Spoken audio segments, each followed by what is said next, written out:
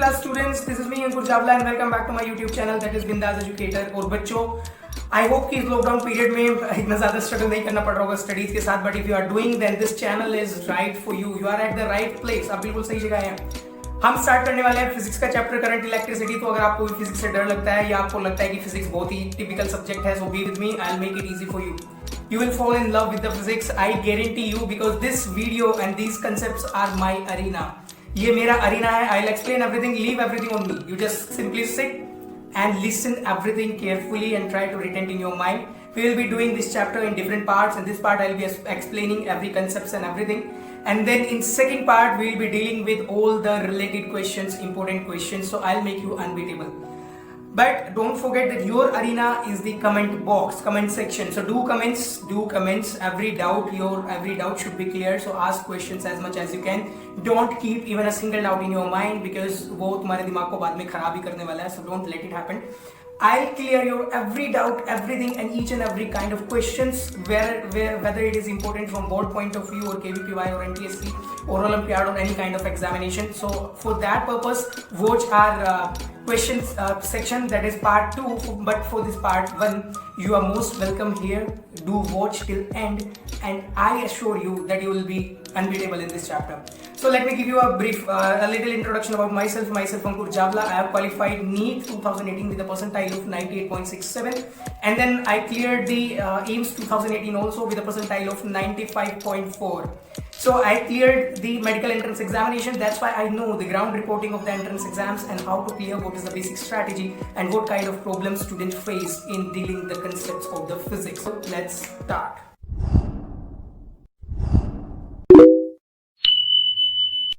चलिए बच्चों स्टार्ट करते हैं। चैप्टर नंबर 12 है 10th NCERT का and that chapter is electricity.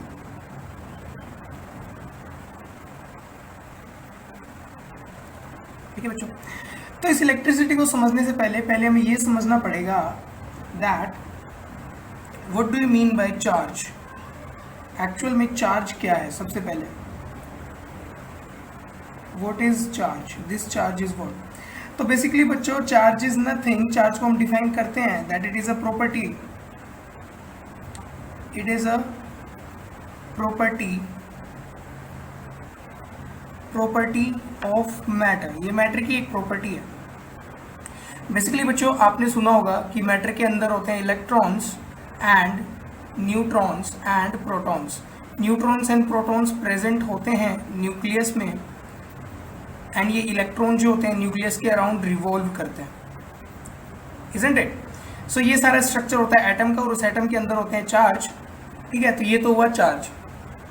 अब आपको पता होगा कि मान लीजिए ये एक एटम है, दिस इज अ एटम और इस एटम के अंदर ये है न्यूक्लियस। इस न्यूक्लियस के अंदर है प्रोटॉन्स एंड न्यूट्रॉन्स। ठीक है, प्रोटॉन्स के ऊपर चार्ज होता है पॉजिटिव, न्यूट्रॉन्स होते हैं न्यूट्रल और इनके चारों तरफ ये इलेक्ट्रॉन्स रिवॉल्व कर रहे होते हैं। मान लो एक इलेक्ट्रॉन इस ऑर्बिट में, एक इलेक्ट्रॉन इस ऑर्बिट में, तो this is how electrons revolve. कोई इस डायरेक्शन में, कोई इस एंटी क्लॉकवाइज, कोई क्लॉकवाइज, ऐसे ये इलेक्ट्रॉन्स जो है वो रिवॉल्व कर रहे होते हैं और इन इलेक्ट्रॉन्स को ये इलेक्ट्रॉन्स रिवॉल्व कर रहे होते हैं। सो जो आउटर मोस्ट इलेक्ट्रॉन होता है, आउटर मोस्ट, मान लीजिए इस एटम में ये जो इलेक्ट्रॉन है, ये इलेक्ट्रॉन है outer most, this electron is outer most electron. ये मेरी रिप्रेजेंटेशन है इलेक्ट्रॉन को रिप्रेजेंट करने की। तो जहाँ पे भी ई माइनस ऐसे कुछ दिख रहा हो तो समझ लेना दिस इज इलेक्ट्रॉन। तो आउटर मोस्ट इलेक्ट्रॉन जो होता है उसको बोलते हैं वैलेंस इलेक्ट्रॉन, वैलेंस इलेक्ट्रॉन। ठीक है बच्चों, और ये वैलेंस इलेक्ट्रॉन जो है ये न्यूक्लियस से सबसे ज़्यादा दूर है। ठीक है, तो पहले आप ये समझो जो ये इलेक्ट्रॉन घूम रहे थे एटम के चारों तरफ, जो ये इलेक्ट्रॉन घूम रहे थे, ये क्यों घूम रहे थे? ये इसलिए घूम रहे थे क्योंकि न्यूक्लियस से इनके ऊपर लगता है सेंट्रीपिटल फोर्स, जिसकी वजह से गोल गोल घूम रहे होते हैं। मतलब ये इलेक्ट्रॉन्स इस एटम के अंदर ट्रैप हो चुके हैं, दे आर बीइंग ट्रैप्ड, फंस गए हैं, उसको घूमना ही पड़ेगा और कोई रास्ता नहीं है, ना वो बाहर जा सकता है ना अंदर जा सकता है। बाहर जाने का और अंदर आने का सिर्फ एक ही रास्ता है कि एनर्जी, अगर इसको एनर्जी मिली, ज़्यादा एनर्जी हुई तो ये बाहर निकल जाएगा, और अगर एनर्जी कम हुई तो ये न्यूक्लियस के पास आता जाएगा, मतलब स्टेबल होता जाएगा। और ये सारी चीज़ें आप पढ़ोगे हायर क्लासेस में।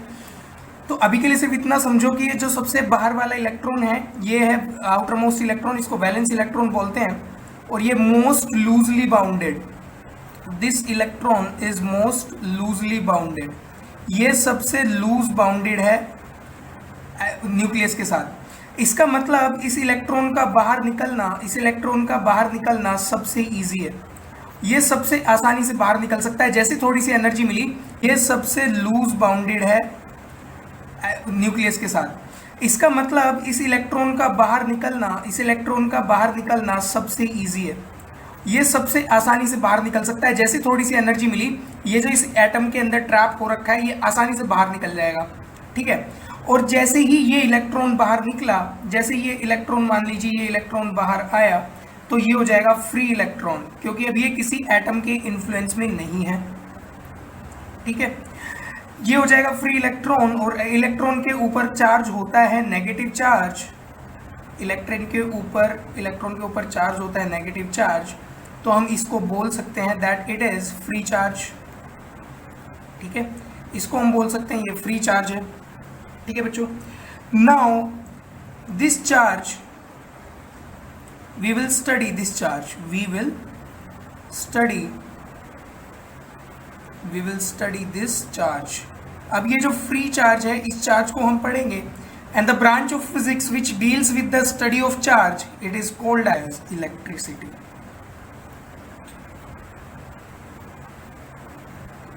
This is called as electricity, ठीक है बच्चों। इसको हमने बोला इलेक्ट्रिसिटी। अब आप एक चीज समझना कि ये इलेक्ट्रिसिटी जो है, ये जो इलेक्ट्रिसिटी है, यानी कि ये जो चार्ज है, वो दो चीज़ों में हो सकता है, या तो वो रेस्ट में होगा, या फिर वो मोशन में होगा, या मूविंग चार्ज, ठीक है। या तो वो रेस्ट में होगा यानी कि पड़ा होगा, या फिर वो मूव कर रहा होगा यानी कि मोशन में होगा। तो अब देखो उसके कॉन्सिक्वेंसेस क्या होंगे। ये था चार्ज,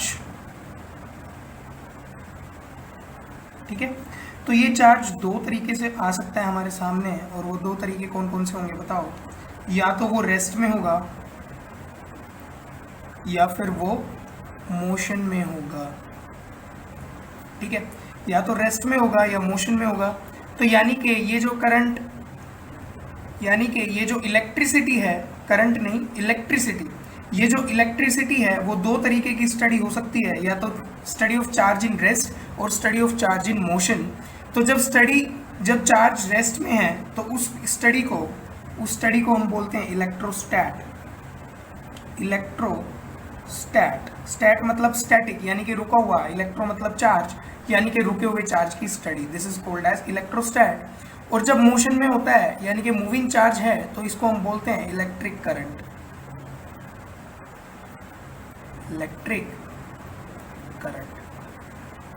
ठीक है बच्चों। तो ये इलेक्ट्रोस्टैट जो है, ये चैप्टर है 12th स्टैंडर्ड में, वहाँ पे डिटेल में इस रेस्ट वाले चार्ज की स्टडी हम पढ़ेंगे 12th क्लास में। लेकिन अभी जो है, अभी हम पढ़ेंगे मोशन वाले चार्ज की स्टडी, जिसको हमने बोला इलेक्ट्रिक करंट। ठीक है बच्चों। अब इस इलेक्ट्रिक करंट को पढ़ेंगे, इसीलिए आपके चैप्टर का नाम जो है वो इलेक्ट्रिसिटी है, बट बेसिकली होना चाहिए था करंट इलेक्ट्रिसिटी। तो अब सबसे पहले हम बात कर लेते हैं कि ये करंट का मतलब क्या है। What is the meaning of current? What is the meaning of current? देखो बच्चों, आपने सुना होगा कि करंट जो है वो हम किसी भी चीज़ के फ्लो को बोलते हैं। फॉर एग्जाम्पल, जब समुद्र में यानी कि ओशन में जब टाइड्स आती हैं तो हम उसको बोलते हैं वाटर करंट। ठीक है। ऐसे ही जब एयर चलती है तो साइंस उसको बोलता है air current. That means current means what? Current means ये नहीं होता कि लाइट का आना जाना। Current is flow of something. Flow of something is called current. ठीक है, flow of something is called current. अगर वो एयर का फ्लो है, तो उसको बोलेंगे एयर करंट। अगर वो वाटर का फ्लो है, तो उसको बोलेंगे वाटर करंट। और ऐसे ही अगर वो चार्ज का फ्लो है तो उसको बोलेंगे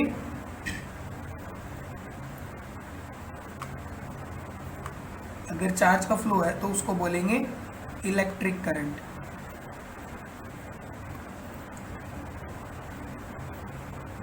ठीक है बच्चों, तो एक बात आप समझना, अगर इतनी बात क्लियर हो गई हो तो अब एक बात समझना कि ये जो इलेक्ट्रिक करंट है ये चार्जेस का फ्लो है। तो बेसिकली आप देखना, जो अभी अभी हमने जो एटम पढ़ा, इस एटम के अंदर न्यूक्लियस में होते हैं हमारे न्यूट्रॉन्स एंड प्रोटॉन्स, और इलेक्ट्रॉन्स जो होते हैं वो बाहर रिवॉल्व कर रहे होते हैं, गोल गोल घूम रहे होते हैं, इजंट इट? तो आप एक बात देखना, न्यूक्लियस के अंदर है न्यूट्रॉन्स एंड प्रोटॉन्स, और न्यूक्लियस के अंदर देखो दुनिया में 4 ही टाइप के फोर्स होते हैं, gravitational force, electrostatic force, magnetic force and nuclear force. तो ये जो न्यूक्लियर फोर्स है, ये न्यूक्लियर फोर्स स्ट्रॉन्गेस्ट फोर्स है। ये न्यूक्लियर फोर्स जो होता है, nuclear force, it is strongest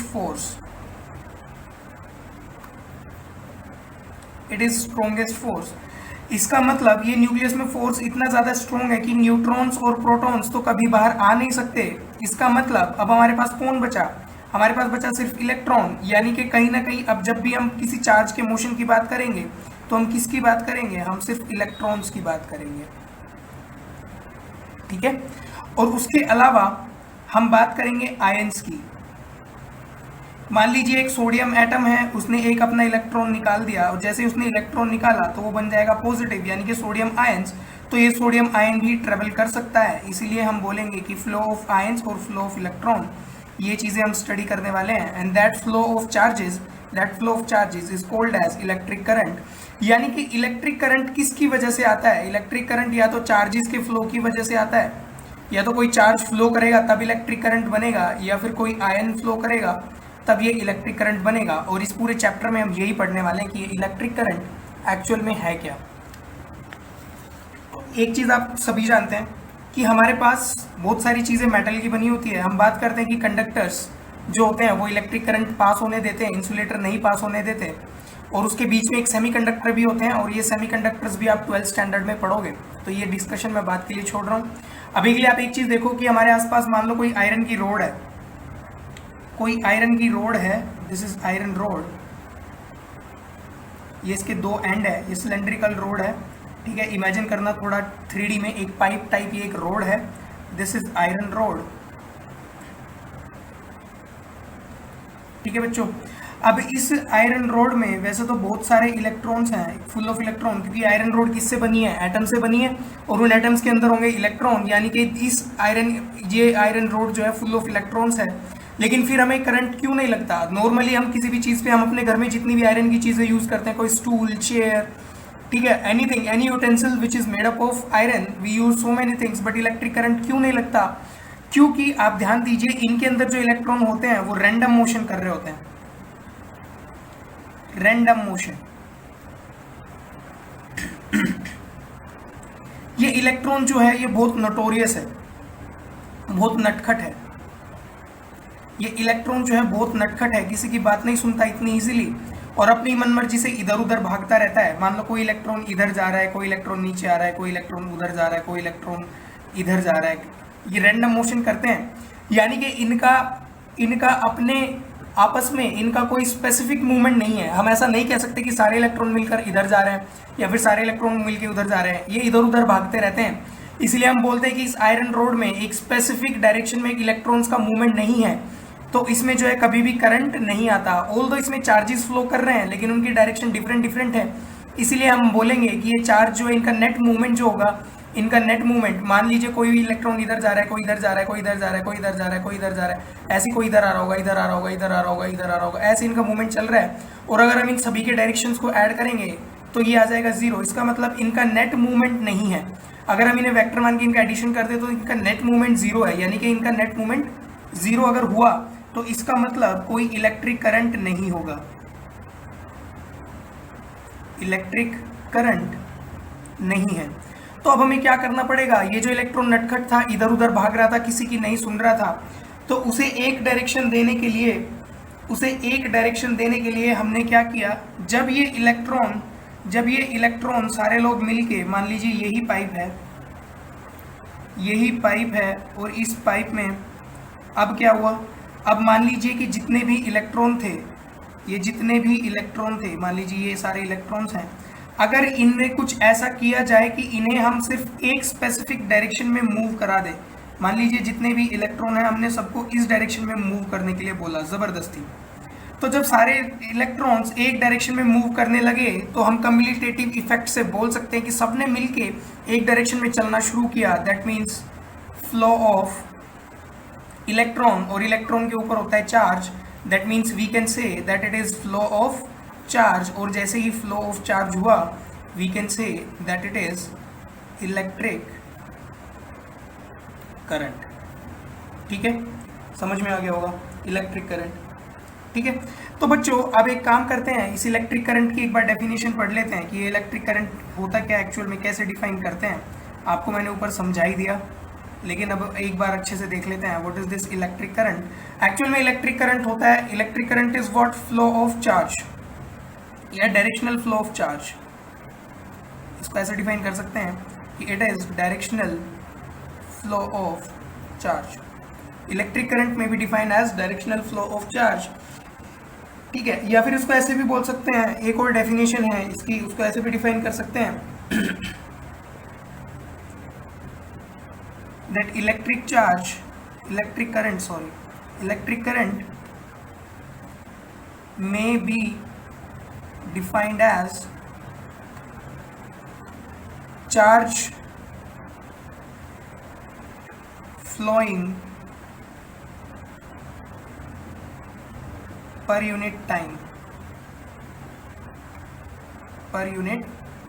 अब समझिए, मान लीजिए ये हमारी जो आयरन रोड थी उसके अंदर बहुत सारे इलेक्ट्रॉन मूव कर रहे हैं इसे एक डायरेक्शन में, तो मान लीजिए हमने ये एक सरफेस एरिया लिया, ये वाला अगर सरफेस एरिया हम इसका लेंगे तो हमें पता चला, मान लो कि इससे 5 सेकंड में 5 इलेक्ट्रॉन्स बाहर आ रहे हैं।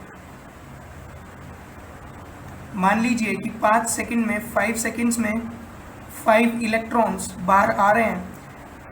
ठीक है, और एक इलेक्ट्रॉन के ऊपर चार्ज बताओ कितना होता है, how much charge present on 1 electron. तो अगर एक इलेक्ट्रॉन की बात करें तो एक इलेक्ट्रॉन के ऊपर चार्ज प्रेजेंट होता है 1.6 into 10 to the power -19 coulomb. This coulomb is the SI unit of charge. SI unit of charge होती है कूलाम।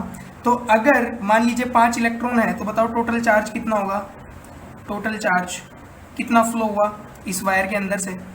तो नंबर ऑफ इलेक्ट्रॉन थे 5 इलेक्ट्रॉन्स इंटू एक इलेक्ट्रॉन का charge 1.6 into 10 to the power -19, तो ये तो हो गया टोटल चार्ज। तो हमने कैसे डिफाइन किया था इलेक्ट्रिक करंट को, इलेक्ट्रिक करंट में भी डिफाइन है charge flowing per unit time, that means it is the total charge per unit time, यानी कि टोटल टाइम कितना था 5 सेकेंड्स, तो 5 से डिवाइड किया, that means this 1.6 into 10 to the power -19, this is electric current. और electric current की जो यूनिट होती है वो होती है एम्पियर। तो अगर हमें इसकी यूनिट लिखने के लिए कहा जाए, यूनिट ऑफ करंट लिख देते हैं, unit of current, and unit of current is ampere and it is also represented by A। Is it clear? चलिए आगे चलिए। फिर हमें डिफाइन करने के लिए बोला जाता है, चलो 1 एम्पियर को डिफाइन करो, 1 एम्पियर कैसा होगा। तो अभी हमने चार्ज को डिफाइन किया, इलेक्ट्रिक करंट को डिफाइन किया कि it is charge flowing per unit time, that means Q/T। अगर Q हमारा चार्ज है, Q बताओ यहाँ पर क्या है, Q है चार्ज और उसकी यूनिट क्या है कूलाम में, T यहाँ पर क्या है बताओ टाइम और इसकी यूनिट क्या है बताओ सेकेंड, और ये है करंट और करंट की यूनिट बताओ क्या है एम्पियर। इसका मतलब अगर हमें बोला जाए कि करंट बताओ 1 एम्पियर कब होगा, अगर हमें इस करंट को 1 एम्पियर करना है, how you will define 1 ampere. तो अगर इसे 1 एम्पियर करना है, इसका मतलब Q/T की रेशियो हमेशा क्या आनी चाहिए, Q/T should be equal to 1, तभी जाके ये 1 एम्पियर होगा। इसका मतलब we can define that if 1 coulomb 1 coulomb of charge flows through a conductor in 1 second, ठीक है, then the current will be 1 ampere. या फिर हम ऐसा बोल सकते हैं, इफ ये तो हमने बोला 1/1 यानी कि 1 कूलम्ब और 1 सेकेंड, तो कितना आ जाएगा 1 एम्पियर आंसर आएगा। हम इसको ऐसे भी डिफाइन कर सकते हैं, if 2 coulomb of charge flows through a conductor in 2 seconds then again ratio will be 1, तो भी 1 एम्पियर होगा। ऐसे ही 3/3 भी 1 एम्पियर होगा। यानी कि ये रेशियो कितना होना चाहिए, ये रेशियो 1 आना चाहिए, Q/T का रेशियो 1 आना चाहिए, तो we can define 1 ampere. Is it clear? चलिए आगे चलते हैं। अब हम बात कर लेते हैं डायरेक्शन की, डायरेक्शन ऑफ इलेक्ट्रिक करंट।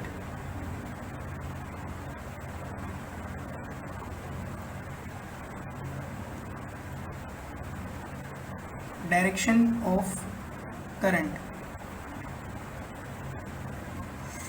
देखिए बच्चों, इसमें एक बहुत इंपॉर्टेंट चीज है समझने के लिए, क्योंकि जब हमने एक पाइप वो कंसीडर किया था, आयरन रोड जो कंसीडर की थी, पाइप नहीं है आयरन रोड है, ठीक है, सिलेंड्रिकल रोड है, तो हमने क्या बोला था, मान लीजिए इसके अंदर जो इलेक्ट्रॉन्स थे, उन इलेक्ट्रॉन्स पे हमने धक्का मार के उन्हें एक डायरेक्शन में चलने के लिए मजबूर किया था। तो हमने क्या बोला था कि सारे इलेक्ट्रॉन्स को हमने इस डायरेक्शन में चला दिया। सारे इलेक्ट्रॉन्स को अगर हम इस डायरेक्शन में चला देंगे तो this is the direction of flow of electron. लेकिन कन्वेंशनली जो इलेक्ट्रिक करंट का फ्लो होगा वो हम कंसीडर करते हैं opposite. So opposite direction will be flow of current. और ऐसा क्यों हुआ, इसका रीजन भी मैं आपको दूंगा अभी। तो देखिए, ऐसा इसलिए हुआ क्योंकि जब हमने करंट को डिस्कवर किया, करंट पहले डिस्कवर हुआ, ये जो करंट था it was discovered first. Current को हमने पहले डिस्कवर किया था, तो जब करंट डिस्कवर हुआ था उस वक्त तक हमें ये नहीं पता था कि कोई इलेक्ट्रॉन नाम की चीज होती है और इलेक्ट्रॉन के मूवमेंट की वजह से करंट बनता है।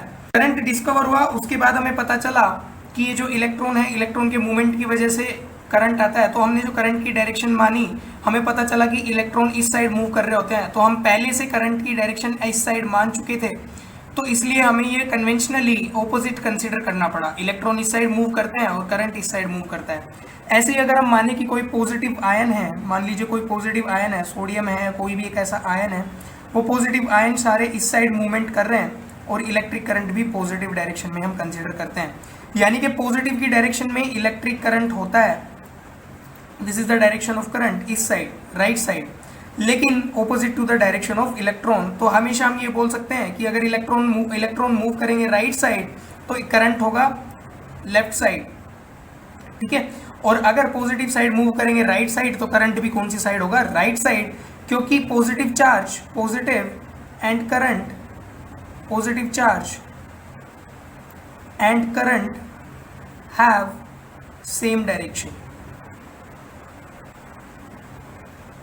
ठीक है बच्चों, ठीक है, तो आई थिंक यहाँ पे आपको क्लियर हो गया होगा डायरेक्शन के बारे में। अब हम बात करेंगे एक बार अदर यूनिट ऑफ करंट,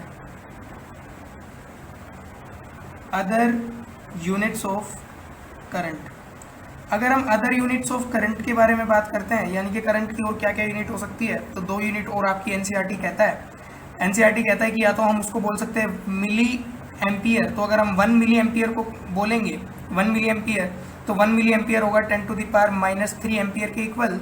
और एक और यूनिट हो सकती है 1 माइक्रो एम्पियर, और 1 माइक्रो एम्पियर होता है 10⁻⁻6 एम्पियर के इक्वल, ठीक है। तो these 2 are the other units of electric current. अब चलिए बच्चों, अब एनसीईआरटी बोलता है कि एक इलेक्ट्रिक सर्किट, एक टर्म और एनसीईआरटी डिफाइन करता है। अब उसको देख लेते हैं कि ये इलेक्ट्रिक सर्किट एक्चुअल में है क्या। इलेक्ट्रिक सर्किट, इलेक्ट्रिक सर्किट, देखिए बच्चों, सर्किट का मतलब होता है, हमेशा याद रखना, सर्किट मींस पाथ, यानी कि रास्ता, रास्ता, ठीक है, और इलेक्ट्रिक मींस होता है चार्ज, ठीक है, और मेनली कौन होता है, इलेक्ट्रॉन। इसका मतलब इलेक्ट्रॉन का जो पाथ होगा, इलेक्ट्रॉन का जो रास्ता होगा, उसको बोलते हैं इलेक्ट्रिक सर्किट। फॉर एग्जाम्पल, अगर हम रोड पर जाते हैं, अगर इंसान का बच्चा, कोई इंसान का बच्चा मान लीजिए अगर वो रोड पर चल रहा है, तो उसको एक रास्ता चाहिए होता है, और जो उसका रास्ता होता है उसको बोलते हैं पाथ, ठीक है, यानी कि वो रोड जो है वो इस इंसान के बच्चे का पाथ है। ऐसे ही सिमिलरली इलेक्ट्रॉन भी हवा में नहीं चलता, इलेक्ट्रॉन को चलने के लिए चाहिए रास्ता, और उस इलेक्ट्रॉन के रास्ते को बोलते हैं इलेक्ट्रिक सर्किट। और उसके लिए देखिए क्या किया जाता है, जब भी हम बात करते हैं कि घरों में, जब भी हमारे होम अप्लायंसेस घर में हमारे कोई बल्ब जलता है, मान लीजिए बल्ब जल रहा है, यानी कि उस तक हमें लाइट पहुंचानी है, करंट पहुंचाना है, और करंट पहुंचाना है इसका मतलब हमें क्या करना है, अगर हमें उस तक करंट पहुंचाना है तो हमें क्या करना पड़ेगा, वायरिंग करनी पड़ती है। और उस वायरिंग से ही क्या होता है, तो बेसिकली ये वायर्स क्या है, ये वायर्स हैं इलेक्ट्रॉन का पाथ, यानी कि चार्जेस का पाथ, यानी कि इलेक्ट्रिक सर्किट, यानी कि उस चार्ज का रास्ता, इस इलेक्ट्रॉन का रास्ता है जो हमें वायर्स के थ्रू प्रोवाइड करवाना पड़ता है, क्योंकि इलेक्ट्रॉन बोलता है कि मुझे भी रास्ता चाहिए जाने के लिए, इसीलिए हम मेटेलिक वायर्स प्रोवाइड कराते हैं, या वो कॉपर का होता है या एल्यूमिनियम का होता है या किसी भी मेटल का हो सकता है। तो हमें वो जो वायर्स प्रोवाइड करवाने पड़ते हैं, जो तार होते हैं, तो वो जो तार हैं वो क्या है, बेसिकली इलेक्ट्रिक सर्किट। और हमेशा याद रखना ये इलेक्ट्रॉन बहुत ज़्यादा नोटोरियस है। तो इलेक्ट्रॉन ने बोला मैं चलूँगा तो सही, लेकिन मेरी एक कंडीशन है, उसने बोला कि मेरा रास्ता जो है मुझे घर वापस लौट के आना है, घर वापस लौट के आऊँगा, मैं बीच में कहीं रुक नहीं सकता। इसका मतलब ये इलेक्ट्रॉन कहता है कि ये path should be closed. Electron ये कहता है कि मुझे घर लौट कर वापस आना है, ये घर वापस लौट के तभी आएगा जब वो इधर से निकले और वापस आ जाए। ठीक है बच्चों, तो हमेशा याद रखना ये घर लौट कर आना है, इसका मतलब इलेक्ट्रॉन हमेशा क्लोज्ड सर्किट में ट्रैवल करेगा, यानी कि करंट हमेशा क्लोज सर्किट में फ्लो करेगा। अगर सर्किट ओपन हो गया, मान लो ये सर्किट जो था इसका कोई एक वायर टूट गया, बीच में से वायर टूट गया, अगर वायर टूट गया तो इलेक्ट्रॉन आएगा तो कूद कर मर जाएगा, वो वापस घर नहीं जा पाएगा, कूद कर मर जाएगा। और अगर इलेक्ट्रॉन मर गया तो हमारा इलेक्ट्रिक करंट भी नहीं आएगा। इसका मतलब आपने कभी सुना होगा जब कभी बारिश वगैरह होती है, लाइटनिंग और थंडरिंग होती है, तो उस वक्त क्या होता है, लाइटनिंग और थंडरिंग के टाइम पे कोई वायर टूट जाता है तो हमारी इलेक्ट्रिसिटी चली जाती है।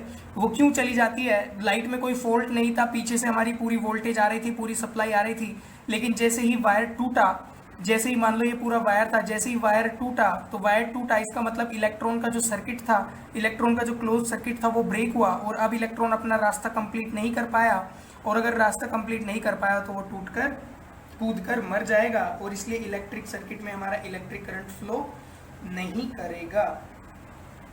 Is it clear?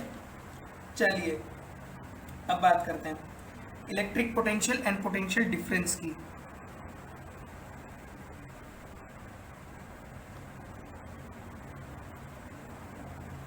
Electric potential and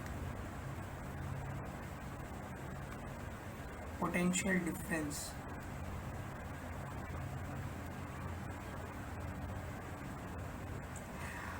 देखिए बच्चों, हम अभी तक बात करते आ रहे हैं, और हम अभी तक ये बात करते आ रहे हैं कि इलेक्ट्रॉन जो है बहुत ज़्यादा नटखट है, तो इतनी आसानी से तो ये हमारी बात मानेगा नहीं। ठीक है, वो तो रैंडम इधर उधर भाग रहे थे, तो ज़बरदस्ती पकड़ के उनको एक डायरेक्शन में लाना पड़ा।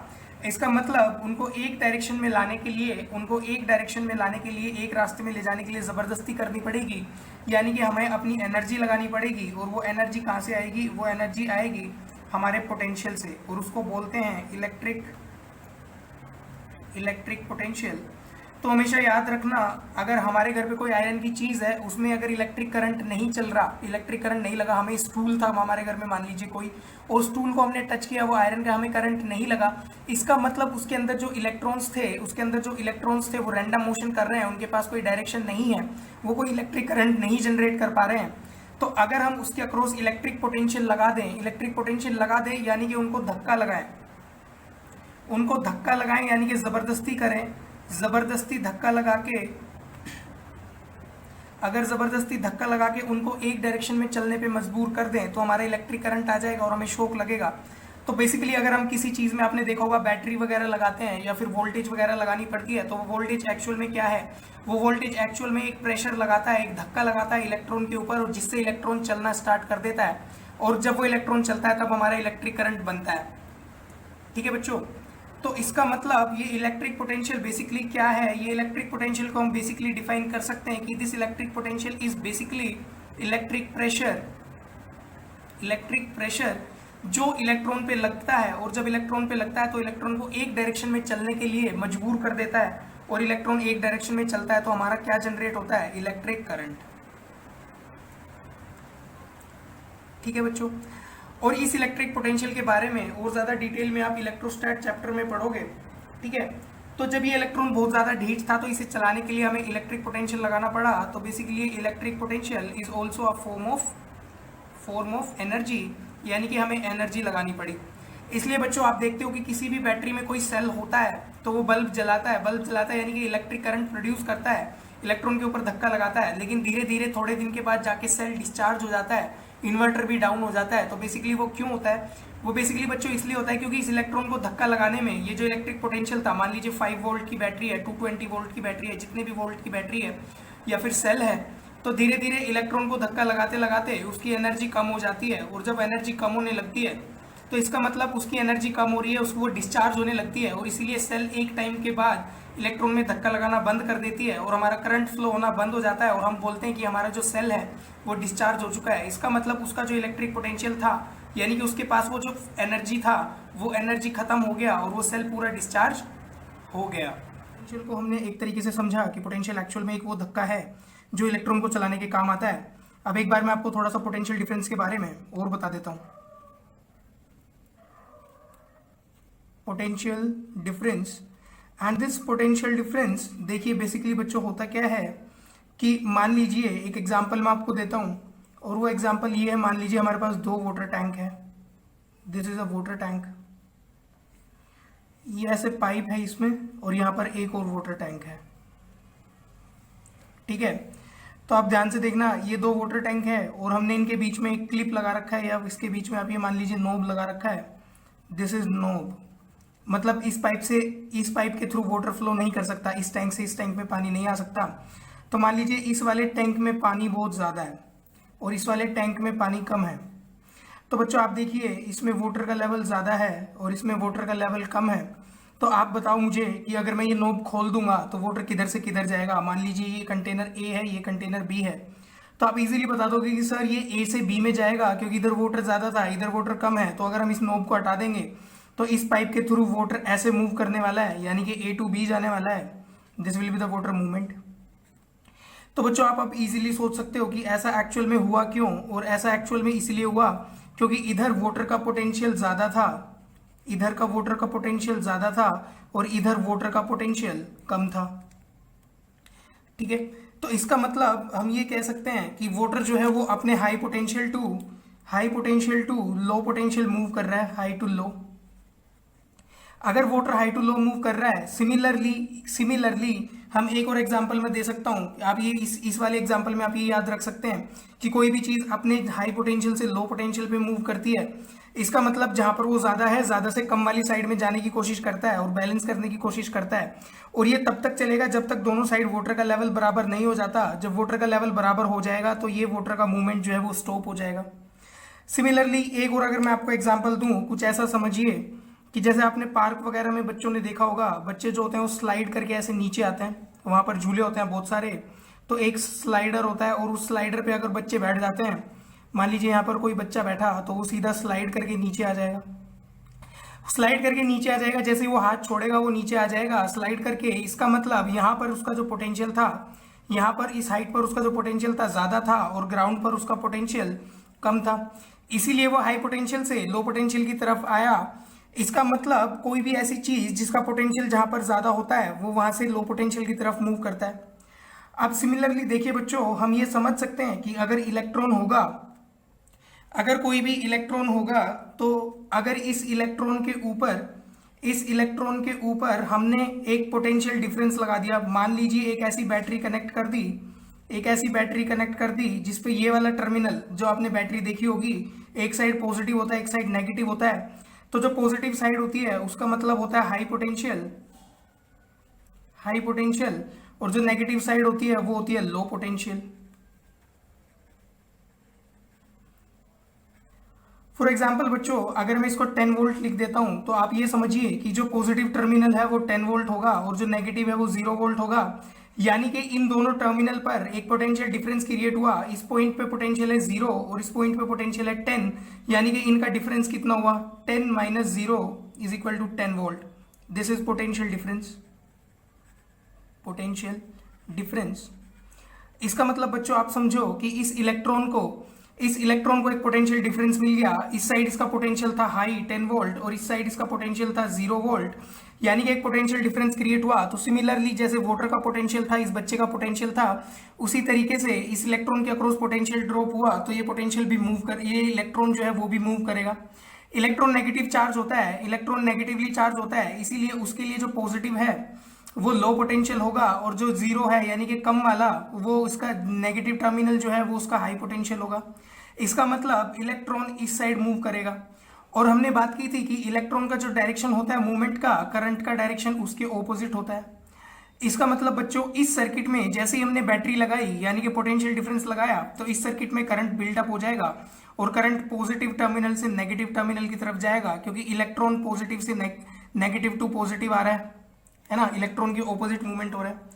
So this is the function of potential difference, कि वो एक पोटेंशियल डिफरेंस जब क्रिएट होगा, इसका मतलब ये जो इलेक्ट्रॉन है इस इलेक्ट्रॉन को मूवमेंट कराएंगे और जैसे ही इलेक्ट्रॉन मूव करेगा, जैसे ही इलेक्ट्रॉन मूव करेगा तो ये वर्क डन होगा। इलेक्ट्रॉन मूव करेगा तो कुछ ना कुछ वर्क डन होगा, है ना बच्चों। आपने देखा होगा दूसरे चैप्टर्स में जब भी हम किसी चीज को डिस्प्लेस करते हैं, नेट डिस्प्लेसमेंट करते हैं, तो वहां पर हम वर्क डन का फॉर्मूला लिखते हैं, that work done is equal to force into displacement, force into displacement. ऐसे ही बच्चों इलेक्ट्रॉन के केस में जब हम इलेक्ट्रॉन का मूवमेंट कराते हैं तो यहाँ पे भी हम वर्क डन डिफाइन करते हैं, and then that work done is, electron के केस में जो वर्क डन होता है वो वर्क डन होता है, दैट वर्क डन वो भी इसमें इलेक्ट्रॉन के मूवमेंट में भी कोई ना कोई वर्क डन होता है, ठीक है, कोई ना कोई वर्क डन होगा क्योंकि इलेक्ट्रॉन का मूवमेंट हुआ। तो हम एक पोटेंशियल डिफरेंस जो है उसकी एक डेफिनेशन बना देते हैं और हम बोलते हैं that potential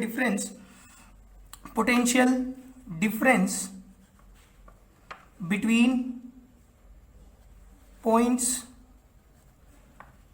A and B, potential difference between point A and B is defined as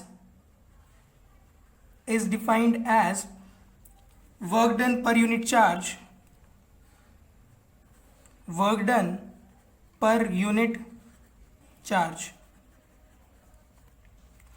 यानी कि हमने मान लीजिए कि यहाँ पर वही सेम 5 इलेक्ट्रॉन्स थे और 5 इलेक्ट्रॉन्स को हमने मूव कराया, तो मान लीजिए हमारा जो वर्क डन था मान लीजिए वो वर्क डन 10 जूल हुआ। अगर ये वर्क डन 10 जूल हुआ तो हम पोटेंशियल कुछ ऐसे डिफाइन करेंगे, that potential difference across these 2 points will be equal to work done, यानी कि वर्क डन हमारा कितना था 10 joule, work done divided by per unit charge, यानी कि हमारा जो टोटल चार्ज था उससे मल्टीप्लाई कर देंगे, यानी कि 5 electron into charge of 1 electron, C4 charge of 1 electron, और इसको डिवाइड करके हमारा पोटेंशियल डिफरेंस आ जाएगा। और हमेशा याद रखना पोटेंशियल डिफरेंस हो या फिर पोटेंशियल हो, उनकी जो यूनिट होती है वो होती है वोल्टेज, जिसको हम डिफाइन करते हैं V से।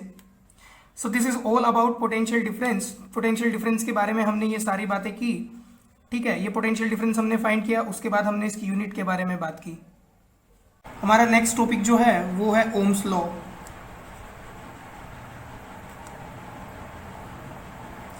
अब देखिए बच्चों, ओम्स जो थे वो ओम्स बहुत वीर इंसान थे, बहुत बहादुर थे, ठीक है। आप ये वीर का जो मीनिंग है वो बाद में समझेंगे, it is related to a trick, ठीक है। तो बेसिकली ये ओम क्या करते थे, ये ओम जो थे वो एक रिलेशन बनाते थे, ये रिलेशन बनाते थे, मतलब रिश्ते बनाते थे। और वो कैसे बनाते थे, देखिए मैं अभी आपको बताता हूँ कि वो कैसे बनाते थे। ये ओम्स जो थे उन्होंने एक सर्किट लिया और उस सर्किट में एक इन्होंने एमीटर लगा दिया। ये एमीटर क्या होता है ये मैं आपको बाद में बताऊंगा। ये एमीटर जो है ये होता है, एक एमीटर ऐसी डिवाइस है जो करंट को देखती है कि करंट कितना है, किसी भी सर्किट में करंट कितना है वो ये एमीटर बताता है, ये एमीटर बताता है। This is ammeter. Ammeter is a device which measures current. इन्होंने जो ओम्स थे उन्होंने एक सर्किट लिया, उस सर्किट में एक पोटेंशियल डिफरेंस क्रिएट किया वो एक सेल की मदद से, और वो सेल उन्होंने मान लीजिए 10 वोल्ट का लिया और इस एमीटर से उन्होंने करंट डिटेक्ट किया। तो उन्हें पता चला कि इस सर्किट में जो करंट है मान लीजिए वो 2 एम्पियर है, ठीक है। उसके बाद इन्होंने क्या किया, इस पोटेंशियल को चेंज करके उन्होंने 20 वोल्ट कर दिया, तो उन्हें पता चला कि ये करंट भी 2 एम्पियर से 4 एम्पियर हो गया। फिर उन्होंने जब 20 वोल्ट से ये 30 वोल्ट किया तो इन्हें पता चला कि ये 4 एम्पियर से 6 एम्पियर हो गया। तो ये ओम थे, इन्होंने सोचा ये बहुत वीर थे और बहुत बुद्धिमान भी थे, और इन्होंने सोचा कि देखिए जैसे जैसे मैं पोटेंशियल को वेरी कर रहा हूँ ऐसे ऐसे करंट वेरी हो रहा है, तो क्यों ना इन दोनों के बीच में एक रिश्ता बना दिया जाए। ये रिश्ते बनाते थे, तो इन्होंने रिश्ता बनाया। इन्होंने क्या रिश्ता बनाया, इन्होंने ये बोला कि voltage is directly proportional to I. ये डायरेक्टली प्रोपोर्शनल का मतलब कि जैसे जैसे मैं वोल्टेज को इंक्रीज कर रहा हूँ वैसे वैसे करंट इंक्रीज हो रहा है। इसका मतलब वोल्टेज को इंक्रीज करने पर करंट भी इंक्रीज हो रहा है, और अगर मैं वोल्टेज उल्टा जाऊँ, अगर ये रास्ता उल्टा ट्रैवल किया जाए तो ऐसा कुछ होगा कि अगर पोटेंशियल कम करें तो करंट कम हो जाएगा, अगर पोटेंशियल कम करें तो करंट भी कम हो जाएगा। इसका मतलब ये दोनों डायरेक्टली प्रोपोर्शनल है, दोनों में डायरेक्ट रिलेशन है। That means V will be directly proportional to I, और V यहाँ पर क्या है, V यहाँ पर है वोल्टेज, और you can say potential difference, and this I is current in the circuit. तो इन्होंने बोला कि करंट और पोटेंशियल में डायरेक्टली रिलेशन है। That means V divided by I is equal to constant. देखिए बच्चों, कभी भी अगर हम प्रोपोर्शनैलिटी का साइन हटाते हैं तो उसकी जगह पे एक कॉन्स्टेंट लगा देते हैं, ठीक है। तो इन्होंने बोला V by I will be equal to this constant is R, and this R is resistance,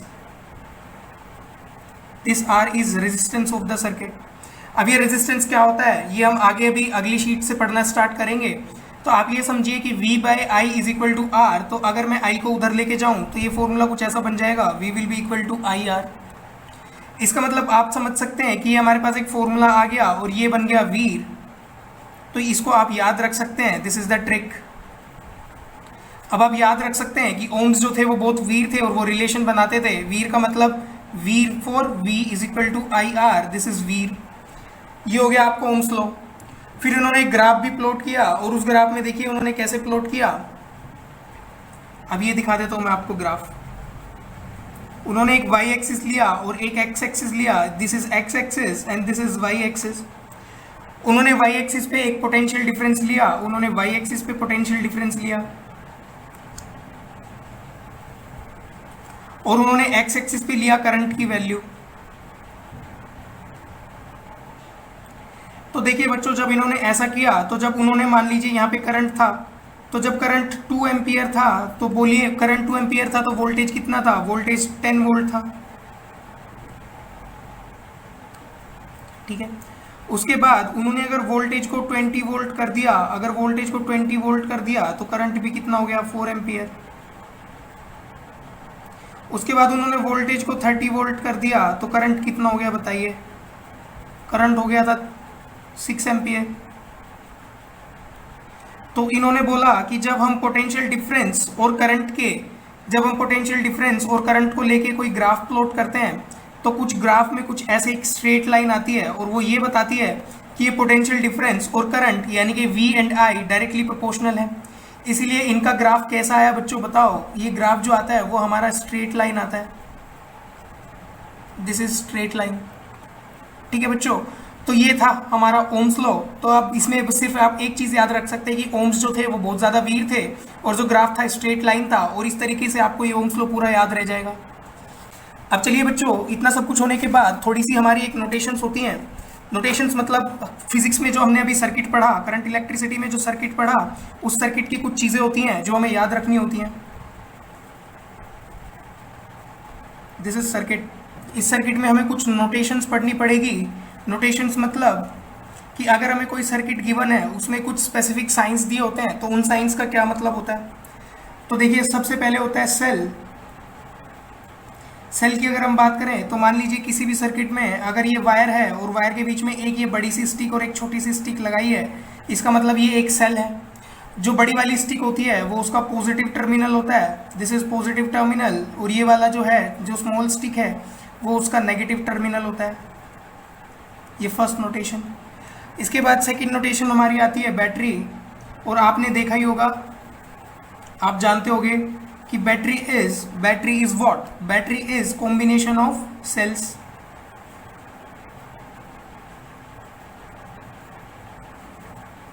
battery is combination of sales.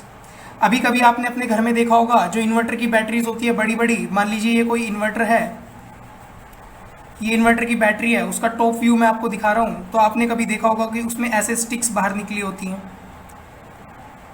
ठीक है, वो स्टिक्स बाहर निकली होती है। इसका मतलब ये दोनों मिला के एक सेल है पॉजिटिव नेगेटिव, ये दोनों एक सेल है पॉजिटिव नेगेटिव, और ये दोनों भी एक सेल है पॉजिटिव नेगेटिव, यानी कि it is a combination of cell. अगर किसी इन्वर्टर की बैटरी में 6 स्टिक्स आपको दिखाई दे रही है, इसका मतलब वो 3 सेल्स का कॉम्बिनेशन है। तो अगर यही चीज़ हमें सर्किट में दिखानी हो तो हम ऐसे दिखा देते हैं, ये एक सेल हो गया, ये दूसरा सेल हो गया, ये तीसरा सेल हो गया, this is combination of cell. और अगर कहीं ऐसा साइन हो तो वो होता है हमारा बैटरी। अब बच्चों हमने एक बार बात की थी कि करंट जो है वो हमेशा क्लोज सर्किट में फ्लो करता है, और अगर करंट हमेशा क्लोज सर्किट में फ्लो करता है तो बताइए कि हम क्या करते हैं, कि अगर सर्किट ओपन है तो जो करंट है वो फ्लो नहीं करता, और अगर सर्किट क्लोज है तो करंट फ्लो करता है। इसका मतलब अगर हमें अपने फैन को, जो फैन अभी घूम रहा है, मेरे ऊपर भी एक फैन घूम रहा है, तो अगर ये फैन घूम रहा है और मुझे इसको रोकना है तो बताइए मैं क्या करूंगा, मैं स्विच ऑफ कर दूंगा, और ये कैसे होगा, इसका मतलब जो करंट क्लोज सर्किट में बह रहा था, करंट क्लोज सर्किट में ट्रेवल कर रहा था, मैं उस सर्किट को ब्रेक कर दूंगा, यानी कि मैं तार को तोड़ दूंगा। अब अगर मैं हर बार तार को तोड़ूंगा तो मेरे पेरेंट्स का खर्चा बढ़ जाएगा, तो इसको रोकते हुए मैं क्या करूंगा, मैं यहाँ पर एक ऐसी डिवाइस लगा दूंगा, एक साइंटिफिक ऐसी डिवाइस लगा दूंगा जिसे बटन टाइप कुछ ऐसा होगा कि अगर मैं उसको प्रेस कर दूंगा तो ये वायर जुड़ जाएगा, और जब मैं उस बटन को दोबारा प्रेस करूंगा तो ये वायर हट जाएगा। यानी कि मैं एक ऐसी डिवाइस यूज करूंगा जो सर्किट को क्लोज और ओपन कर सकती है। तो बेसिकली जो हमारे घर में स्विच होता है, वो स्विच का जो डेफिनेशन है, वो स्विच की डेफिनेशन यही होती है कि this switch is, it is a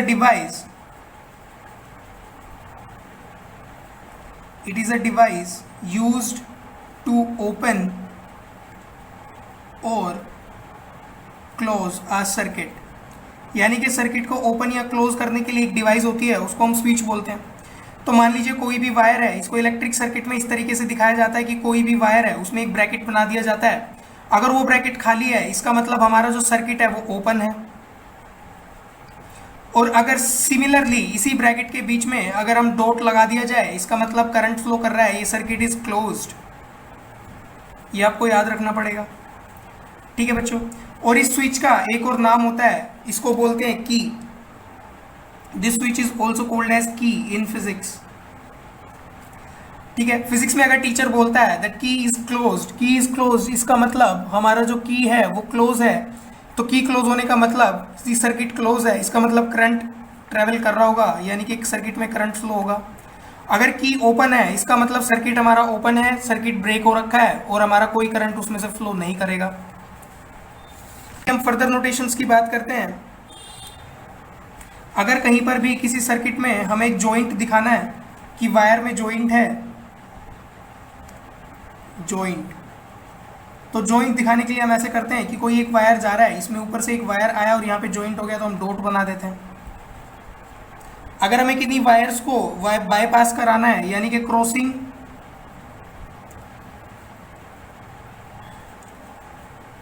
crossing without joint, तो मान लीजिए एक ही वायर है, इसके ऊपर से एक वायर आया जो इसको टच नहीं करता, तो उसके ऊपर से ऐसे कूद के चला जाएगा।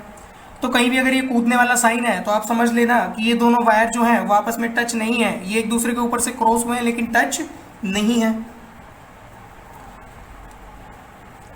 अब नेक्स्ट नोटेशन आती है इलेक्ट्रिक बल्ब। देखिए बच्चों, कहीं पे ऐसा होता है कि किसी भी सर्किट में हमें बल्ब दिखाने के लिए वो क्या करते हैं, एक हार्ट बना देते हैं, and this heart like sign, this is bulb.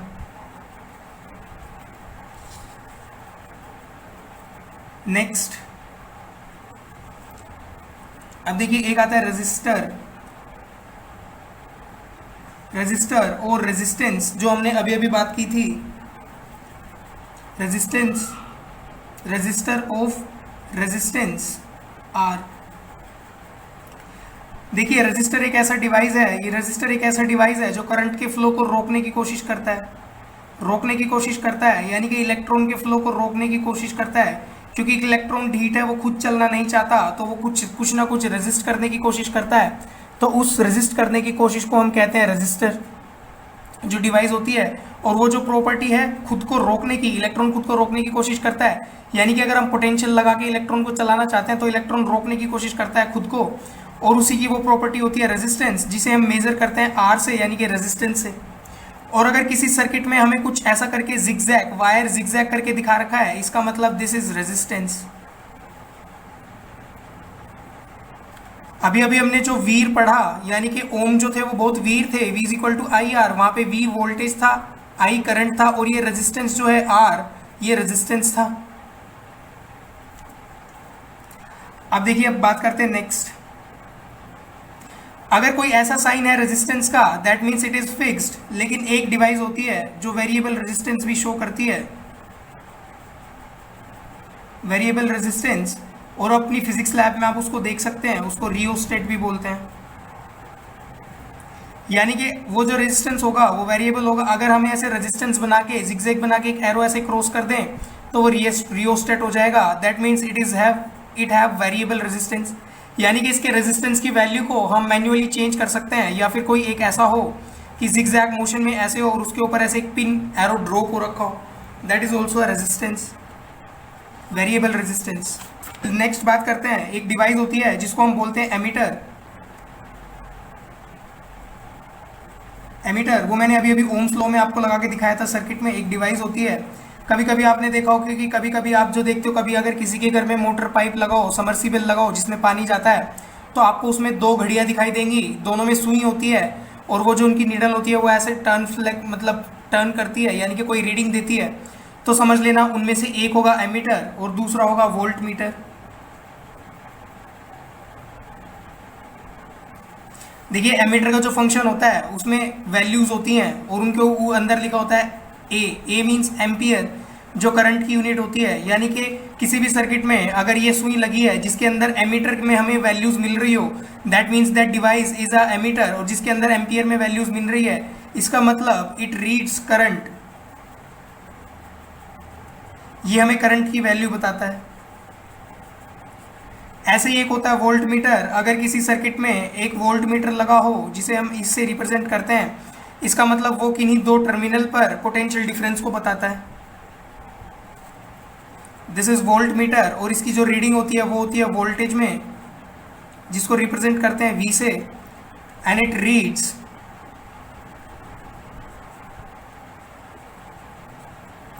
Reads potential difference.